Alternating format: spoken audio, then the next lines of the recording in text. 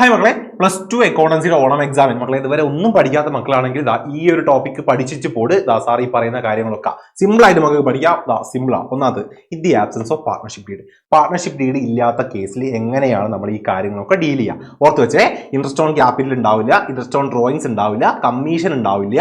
അതുപോലെ തന്നെ interest on partners loan 6% ആയിരിക്കും, പ്രോഫിറ്റ് ഷെയറിംഗ് റേഷ്യോ ഈക്വൽ ആയിരിക്കും. ഈ തിയറി ഓർത്ത് വെച്ചോളാ. In the case of absence of partnership deed ഇല്ലാത്ത കേസ്. റെഡി? ഈ ടേബിൾ പഠിച്ചു വെക്കുക കേട്ടോ. റെഡി? ഇനി പ്രോഫിറ്റ് ലോസ് അപ്രോപ്രിയേഷൻ അക്കൗണ്ട് പഠിക്കണം. എന്താ പ്രോഫിറ്റ് ലോസ് അപ്രോപ്രിയേഷൻ അക്കൗണ്ട്? പാർട്ട്നേഴ്സിന് പ്രോഫിറ്റ് ഷെയർ ചെയ്ത് കൊടുക്കാൻ വേണ്ടി നമ്മൾ പ്രിപ്പയർ ചെയ്യുന്ന അക്കൗണ്ട്. ആ മീനിങ് ഓർത്ത് വെക്കുക. ഇമ്പോർട്ടന്റ്. അതിന്റെ ഫോർമാറ്റ് പഠിക്കുക. ഇത്രയേ ഉള്ളൂ. വെറും 5 കാര്യങ്ങൾ. പ്രോഫിറ്റും ഇൻട്രസ്റ്റ് ഓൺ ഡ്രോയിങ്സും ക്രെഡിറ്റ് സൈഡിൽ. ഓക്കെ, പ്രോഫിറ്റും ഇൻട്രസ്റ്റ് ഓൺ ഡ്രോയിങ്സും ക്വസ്റ്റ്യനിൽ ഡയറക്റ്റ് ഉണ്ടാവും ഈ കാര്യം. അത് ക്രെഡിറ്റ് സൈഡിൽ എടുത്ത് എഴുതുക. പിന്നെ ഇൻട്രസ്റ്റ് ഓൺ ക്യാപിറ്റലും സാലറിയും കമ്മീഷനും. Interest on capital, salary, commission debit സൈഡിൽ മതി. ഫോർമാറ്റ് എത്രയേ ഉള്ളൂ. ഇതൊന്നും വേണ്ട, ലോസ് വേണ്ട. ഇത്രയേ ഉള്ളൂ. ഈ 5 ഐറ്റം ഓർത്ത് വെച്ചാൽ മതിയേ. അപ്രോപ്രിയേഷൻ അക്കൗണ്ട് ആയി. റെഡി? ഇനി ക്യാപിറ്റൽ അക്കൗണ്ടിൽ മക്കൾ പഠിച്ചു വെക്കേണ്ടതാ ഫ്ലക്ച്വേറ്റിംഗ് ക്യാപിറ്റൽ മെത്തേഡ് കൊണ്ട് പഠിച്ചു വെക്കാം. ഓക്കെ, ഫ്ലക്ച്വേറ്റിംഗ് ക്യാപിറ്റൽ മെത്തേഡ് എങ്ങനെയാ ചെയ്യാന്ന് പറഞ്ഞാൽ അത്രയേ ഉള്ളൂ. സിമ്പിൾ ആണ്. നോക്കിയോ, ക്യാപിറ്റൽ അക്കൗണ്ട് എങ്ങനെയാ ചെയ്യാന്നറിയോ? പാർട്ട്ണർക്ക് കിട്ടുന്ന കാര്യങ്ങളൊക്കെ ക്രെഡിറ്റ് സൈഡിൽ എഴുതി കൊടുക്കുക.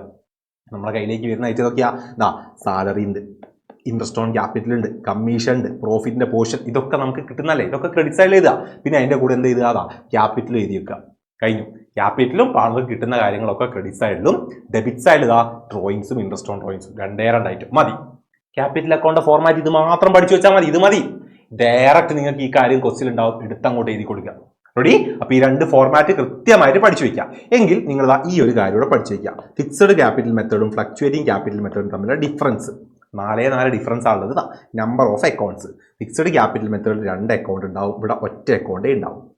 അഡ്ജസ്റ്റ്മെന്റ്, ഇവിടെ നമ്മൾ കറന്റ് അക്കൗണ്ടിലാണ് അഡ്ജസ്റ്റ്മെന്റ് എഴുതുക, ഇവിടെ നമ്മൾ ക്യാപിറ്റൽ അക്കൗണ്ടിലാണ് അഡ്ജസ്റ്റ്മെന്റ് എഴുതുക. അടുത്ത ഫിക്സ്ഡ് ബാലൻസ്. ഇവിടെ ക്യാപിറ്റൽ അക്കൗണ്ടിന്റെ ബാലൻസ് ഫിക്സ്ഡ് ആയിരിക്കും, ഇവിടെ അത് ഫ്ലക്ച്വേറ്റിംഗ് ആയിരിക്കും. ക്യാപിറ്റൽ അക്കൗണ്ടിന്റെ ബാലൻസ് ഫ്ലക്ച്വേറ്റിംഗ്, മാറിക്കൊണ്ടിരിക്കും. പിന്നെ ബാലൻസ് ഇവിടെ ക്രെഡിറ്റ് ബാലൻസ് ആയിരിക്കും ഫിക്സ്ഡ് ക്യാപിറ്റൽ മെത്തേഡിൽ. ഇവിടെയോ അവിടെ ഡെബിറ്റ് ബാലൻസോ ക്രെഡിറ്റ് ബാലൻസോ ഏത് വേണമെങ്കിലും മതി. ഇപ്പോ സാർ ഈ പറഞ്ഞ ടേമുകൾ മാത്രം മതി. ഓർത്ത് വെച്ചോ, എഴുതിക്കോളണം. തിയറി ചോദ്യം വരെ ഇമ്പോർട്ടന്റ് ആണ്. റെഡി?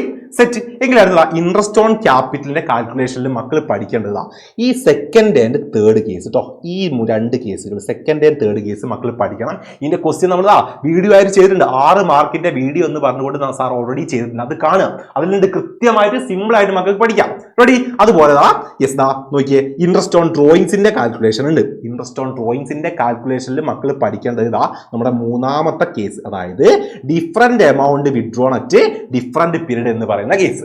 റെഡി? അത് ഇമ്പോർട്ടന്റ് ആണ്. മക്കൾ കൃത്യമായിട്ട് പഠിച്ചു വെക്കുക. അതിൻ്റെതും വീഡിയോ സാറ് 6 മാർക്കിന്റെ മാർക്ക് ഷുവർ എന്ന് പറയുന്ന ഒരു വീഡിയോ സാർ ചെയ്തിട്ടുണ്ട്. അതിലുണ്ട്. അത് കൃത്യമായിട്ട് പഠിച്ചു വെച്ചോ. അത് ഉറപ്പായും ചോദിച്ചിരിക്കും.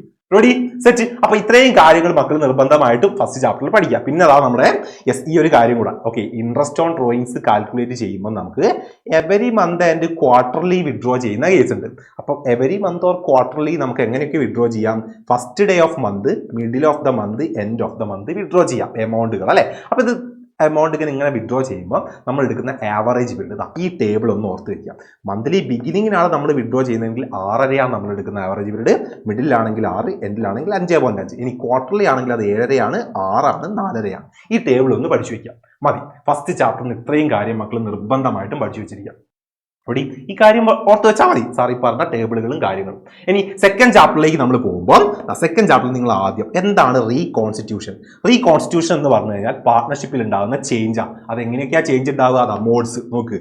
Change in profit sharing ratio മാറാം. പിന്നെയോ പുതിയ പാർട്ട്ണർ ഫേമിലേക്ക് വരാം, അഡ്മിഷൻ ഉണ്ട്, റിട്ടയർമെന്റ്, പുതിയ പാർട്ണർ റിട്ടയർ ചെയ്ത് പോവാം, പിന്നെയോ ഡെത്ത് സംഭവിക്കാം. ഇത് ഓർത്ത് വയ്ക്കുക. ഓക്കെ, തിയറിയാണ്. ഇത് കൃത്യമായിട്ട് ഓർത്ത് വെച്ചോ. റീകോൺസ്റ്റിറ്റ്യൂഷൻ എന്താ? പാർട്ട്ണർഷിപ്പ് അഗ്രിമെന്റിൽ ഉണ്ടാവുന്ന ചേഞ്ച് ആണ്. എങ്ങനെയൊക്കെ ചേഞ്ച് വരും?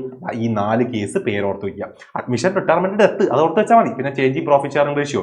റെഡി? എങ്കിൽ ഇതാ വേറൊരു കാര്യം. ഒരു പുതിയ പാർട്ണർ നമ്മുടെ ഫേമിലേക്ക് വരുമ്പോൾ അയാൾക്ക് എന്തൊക്കെ റൈറ്റ്സ് ഉണ്ട്, അവകാശങ്ങളുണ്ട്? ഇത് തിയറി ആയിട്ട് ചോദിക്കും കേട്ടോ.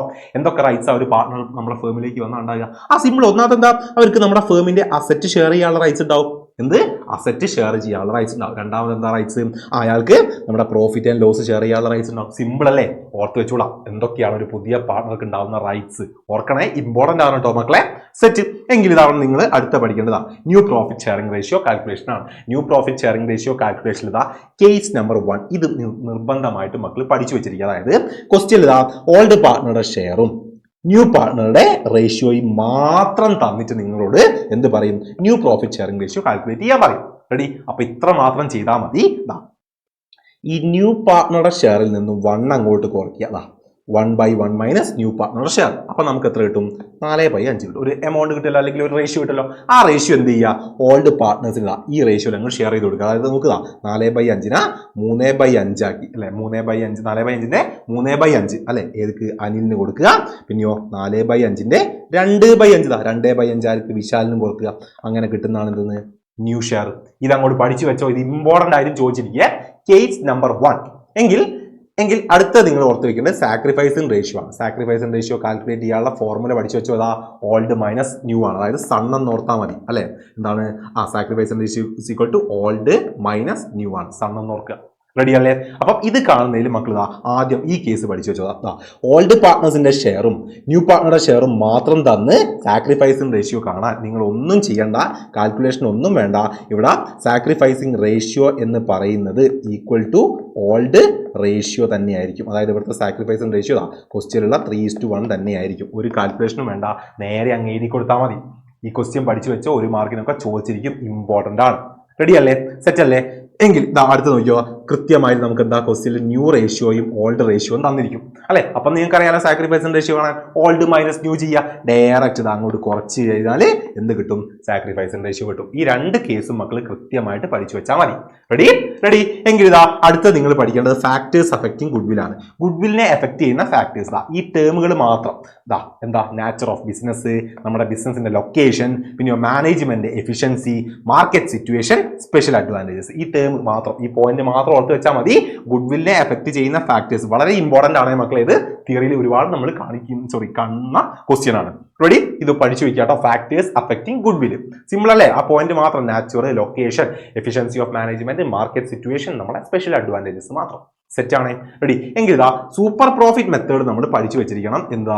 ഗുഡ്വിൽ കാൽക്കുലേഷനിൽ. ഓക്കെ, ഗുഡ്വിൽ കാൽക്കുലേഷനിൽ ഇമ്പോർട്ടന്റ് ആണ് ഇത് സൂപ്പർ പ്രോഫിറ്റ് മെത്തേഡ്. നമ്മൾ ഏറ്റവും കൂടുതൽ ക്വസ്റ്റ്യൻ കാണുന്നത് ഈ ഒരു മെത്തേഡ് പ്രകാരമാണ്. സോ ഇത് നമ്മൾ ഓൾറെഡി വീഡിയോ ചെയ്തിട്ടുണ്ട്. ആ വീഡിയോ കണ്ട് കൃത്യമായിട്ട് മക്കൾ എന്താക്കുക? മനസ്സിലാക്കി വെക്കുക. റെഡി? സെറ്റ്. എങ്കിൽ ട്രീറ്റ്മെന്റ് ഓഫ് ഗുഡ്വിൽ ആണ് അടുത്തത്. ട്രീറ്റ്മെന്റ് ഓഫ് ഗുഡ്വിൽ എന്ന് പറഞ്ഞു കഴിഞ്ഞാൽ മക്കൾ ഈ ക്വസ്റ്റ്യൻ മാത്രം പഠിച്ചു വെച്ചാൽ മതിയേ. ഇവിടെ നമുക്ക് പഠിക്കാനുള്ളതെല്ലാം ഉണ്ട്. നോക്കിയോ. അതായത് 2 പാർട്ണർ, അവിടേക്ക് എന്താ? പുതിയൊരു പാർട്ണർ വരും. ദേ അഡ്മിറ്റ് ഗോവിന്ദ് കേട്ടോ. ആ പുതിയ പാർട്ണർ വരുമ്പോൾ അയാൾ ക്യാപിറ്റൽ കൊണ്ടുവരും. ക്യാപിറ്റൽ കൊണ്ടുവരുമ്പോൾ മക്കൾ എന്ത് ചെയ്യുക? ക്യാപിറ്റൽ കൊണ്ടുവരുന്ന ജേണൽ എൻട്രി എഴുതുക. അതിന്റെ കൂടെ നോക്കുക അയാൾ 9,000 ഗുഡ്വിലും കൊണ്ടുവരുന്നുണ്ട്. അപ്പം ഗുഡ്വിൽ കൊണ്ടുവരുന്നതും ക്യാപിറ്റൽ കൊണ്ടുവരുന്നതുമായിട്ടുള്ള ജേണൽ എൻട്രി ഇതാണ് നമ്മളോട് ചോദിക്കുക. ജേണൽ എൻട്രി എഴുതണം. ഓക്കെ, അപ്പൊ എന്താ? ക്യാപിറ്റൽ കൊണ്ടുവരുമ്പോഴുള്ള journal entry cash account up to capital ആണ്. അതിന്റെ കൂടെ ഗുഡ്വിലും കൊണ്ടുവരുന്നു അല്ലെ. അപ്പൊ 40,000 ക്യാപിറ്റലും 9,000 ഗുഡ്വിലും കൊണ്ടുവരുന്നു. ടോട്ടൽ ക്യാഷിന് നേരം 49,000. ആ ജേണൽ എൻട്രി ക്യാഷും ഗുഡ്വിലും കൊണ്ടുവരുന്നത്. ഇനി എന്ത് ചെയ്യാന്നറിയോ? ഈ ഗുഡ്വിൽ നമ്മൾ എന്ത് ചെയ്യണം? പാർട്ണർക്ക് ഷെയർ ചെയ്ത് കൊടുക്കണം. ഇത് ഇമ്പോർട്ടന്റ് ആണ്, പഠിച്ചു വെച്ചോളാം. ഗുഡ്വില്ലിന്റെ ജേണൽ എൻട്രി എഴുതാൻ പറഞ്ഞാൽ ഈ 2 ജേണൽ എൻട്രി മക്കൾ എഴുതിയിരിക്കണം. ഏത്? ഗുഡ്വിൽ കൊണ്ടുവരുന്നതും ഗുഡ്വിൽ പാർട്ട്നേഴ്സിന്, ഓൾഡ് പാർട്ട്നേഴ്സിനാണ് നമ്മൾ ഷെയർ ചെയ്ത് കൊടുക്കുക. ആരെയും പുതിയ പാർട്ണർ അല്ലേ ഗുഡ്വിൽ കൊണ്ടുവരിക, അത് ഓൾഡ് പാർട്ട്നേഴ്സിന് ഷെയർ ചെയ്ത് കൊടുക്കണം. എങ്ങനെ ഷെയർ ചെയ്യണം? അവരുടെ സാക്രിഫൈസിങ് റേഷ്യോയിൽ നമ്മൾ ഷെയർ ചെയ്യണം. അപ്പോൾ ഈ ക്വസ്റ്റ്യനിൽ നമുക്ക് ന്യൂ റേഷ്യോയും ഓൾഡ് റേഷ്യോയും തരുമ്പോൾ നമുക്ക് എന്ത് കാണാം? സാക്രിഫൈസിങ് റേഷ്യോ കണ്ടുപിടിക്കാം. റെഡി? അങ്ങനെ സാക്രിഫൈസിങ് റേഷ്യോയിൽ നമ്മൾ എന്ത് ചെയ്യാം? പുതിയ പാർട്ണർ കൊണ്ടുവന്നിട്ടുള്ള ഗുഡ്വിൽ ഓൾഡ് പാർട്ട്നേഴ്സിന് ഷെയർ ചെയ്യാം. ആ ജേണൽ എൻട്രി നോക്കി വെച്ചേ. എന്താ? സിമ്പിൾ അതാ. Goodwill account up to old partners രാജനും മോഹനും അല്ലെ. നോക്ക് 9,000 എന്ത് ചെയ്യുക? ഓൾഡ് അവരുടെ സാക്രിഫൈസിങ് റേഷ്യോ എത്രയാ? 2:1. അതിൽ അങ്ങോട്ട് ഷെയർ ചെയ്യുമ്പോൾ എത്ര? 6,000 3,000 കിട്ടും. സിമ്പിൾ അല്ലേ? ഇത് അങ്ങോട്ട് പഠിച്ചു വെക്കുക. ഇമ്പോർട്ടന്റ് ആയിട്ട്. റെഡി? ഇനി ഒരു ജേണൽ എൻട്രിയും കൂടെ ഉണ്ട്. ഇവിടെ നമ്മളോട് ഒരു കാര്യം പറയുന്നത് half of the goodwill is withdrawn by partner അല്ലെ. എന്താ സംഭവം? അതായത് നമ്മളിതാ ഇപ്പൊ പുതിയതായിട്ട് വന്ന ആള് കൊണ്ടുവന്ന ഗുഡ്വില്ലേ ഓൾഡ് പാർട്ട്നേഴ്സിന് നമ്മൾ ഷെയർ ചെയ്ത് കൊടുത്തില്ലേ 6,000 3,000 ആയിട്ട്. അങ്ങനെ ഷെയർ ചെയ്ത് കൊടുത്ത 6,000 3,000 പകുതി എന്താണ്? ഈ ഓരോ പാർട്ണറും വിത്ഡ്രോ ചെയ്ത് കൊണ്ടുപോകുക. അപ്പൊ വിത്ഡ്രോ ചെയ്യുമ്പോഴുള്ള ജേണൽ എൻട്രി പഠിച്ചു വെച്ചാൽ ഒന്നുമില്ല. പാർട്ണറുടെ ക്യാപിറ്റൽ അക്കൗണ്ട്, 2 ആൾക്കാർ, രാജന്റെയും മോഹന്റെയും capital account after to cash ആണ്. Old partners capital account up to cash ആണ് വിഡ്രോ ചെയ്യുമ്പോൾ ഉള്ളത്. എന്നിട്ടോ 6000ന്റെ പകുതി 3000, 3000ന്റെ പകുതി 1500 അവരെ വിഡ്രോ ചെയ്യുന്നു. 4500 ടോട്ടൽ. കണ്ടോ, പരിപാടി കഴിഞ്ഞു. ഈ 3 ജേണൽ എൻട്രി മാത്രം മക്കൾ എന്താക്കിയാൽ മതി, ഗുഡ് വിൽ ട്രീറ്റ്മെന്റിൽ പഠിച്ചു വെച്ചാൽ മതി. ഓർത്ത് വെച്ചോ, ഗുഡ് വിൽ കൊണ്ടുവരുന്നത്, ഗുഡ് വിൽ ഓൾഡ് പാർട്ട്നേഴ്സിന് ഷെയർ ചെയ്യുന്നത്, യെസ് ഗുഡ് വില്ലിന്റെ പോർഷൻ ഓൾഡ് പാർട്ട്നേഴ്സ് വിഡ്രോ ചെയ്ത് കൊണ്ടുപോകുന്നത് മതി. ഈ കേസുകൾ, ഈ കാര്യങ്ങൾ മാത്രം നിങ്ങൾ കൃത്യമായിട്ട് നോക്കി വെച്ചാൽ മതി മക്കളെ. മെജോറിറ്റി ക്വസ്റ്റ്യൻസ് വരിക ഈ പോയിന്റിൽ നിന്ന് തന്നെയാണ്. നിങ്ങൾക്ക് അടിപൊളിയായിട്ട് നല്ല A+ ഒന്നും കിട്ടുന്ന ആറ് പറഞ്ഞില്ല, പക്ഷേ നല്ലൊരു മാർക്ക് മോശമില്ലാതെ നിങ്ങൾ ഫെയിൽ ആവാതെ നിങ്ങൾക്ക് ഓണം എക്സാം എഴുതാൻ പറ്റും. ഓക്കെ അല്ലേ? എങ്കിൽ അടിപൊളിയായിട്ട് പഠിക്കുക. ബൈ.